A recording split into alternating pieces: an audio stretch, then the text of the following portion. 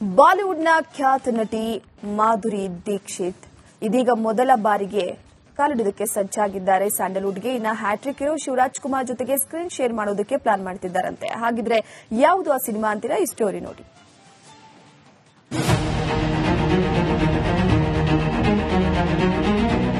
Hat trick hero Shivraj Kumar ನಟನೆಯ ಬಹು ನಿರೀಕ್ಷಿತ ಎಫ್ಆರ್ ಆನಂದ್ ಸಿನಿಮಾ ಕುತೂಹಲ ಮೂಡಿಸಿದೆ. ಗೋಸ್ಟ್ ಬಳಿಕ ನಿರ್ದೇಶಕ ಶ್ರೀನಿ ಮತ್ತು ಶಿವಣ್ಣ ಮತ್ತೊಮ್ಮೆ ಒಂದಾಗ್ತಾ ಇರೋದು ಚಿತ್ರದ ಮೇಲಿನ ನಿರೀಕ್ಷೆಯನ್ನು ಹೆಚ್ಚು ಮಾಡಿದೆ. ಇನ್ನು ಬಾಲಿವುಡ್ನ ಖ್ಯಾತ ನಟಿ ಮಾಧುರಿ ದೀಕ್ಷಿತ್ ನಟ ಶಿವರಾಜ್ ಕುಮಾರ್ ಜೊತೆ ಸ್ಕ್ರೀನ್ ಶೇರ್ ಮಾಡೋದಕ್ಕೆ ಸಜ್ಜಾಗಿದ್ದಾರಂತೆ. ಈ ಬಗ್ಗೆ ಗಾಂಧಿನಗರದಲ್ಲಿ ಚರ್ಚೆ ಜೋರಾಗಿದ್ದು, ಈಗಾಗಲೇ ಮಾಧುರಿ ಸ್ವಾಗತಕ್ಕೆ ಚಿತ್ರತಂಡ ಭರ್ಜರಿ ಪ್ಲಾನ್ ಮಾಡಿದೆಯಂತೆ. ಮೂಲಗಳ ಪ್ರಕಾರ ನಿರ್ದೇಶಕ ಶ್ರೀನಿ ಅವರು ಸಿನಿಮಾದ ಪ್ರಮುಖ ಪಾತ್ರವೊಂದಕ್ಕಾಗಿ ಮಾಧುರಿ ದೀಕ್ಷಿತ್ ಅವರನ್ನ ಸಂಪರ್ಕಿಸಿದ್ದು, ಈ ಕುರಿತು ಮಾತುಕತೆ ನಡೀತಾ ಇದೆ ಎನ್ನಲಾಗಿದೆ.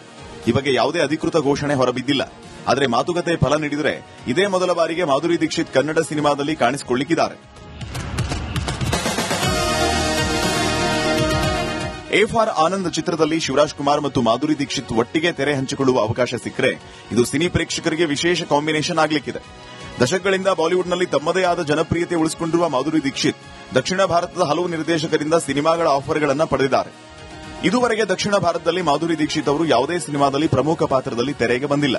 ಹೀಗಾಗಿ ಶ್ರೀನಿ ಅವರ ಪ್ರಯತ್ನ ಯಶಸ್ವಿಯಾದರೆ ಮಾಧುರಿ ದೀಕ್ಷಿತ್ ಕನ್ನಡ ಚಿತ್ರರಂಗಕ್ಕೆ ಕಾಲಿಡ್ತಾ ಇರೋದು ಮತ್ತೊಂದು ವಿಶೇಷ ದಾಖಲೆಯಾಗಲಿಕ್ಕಿದೆ.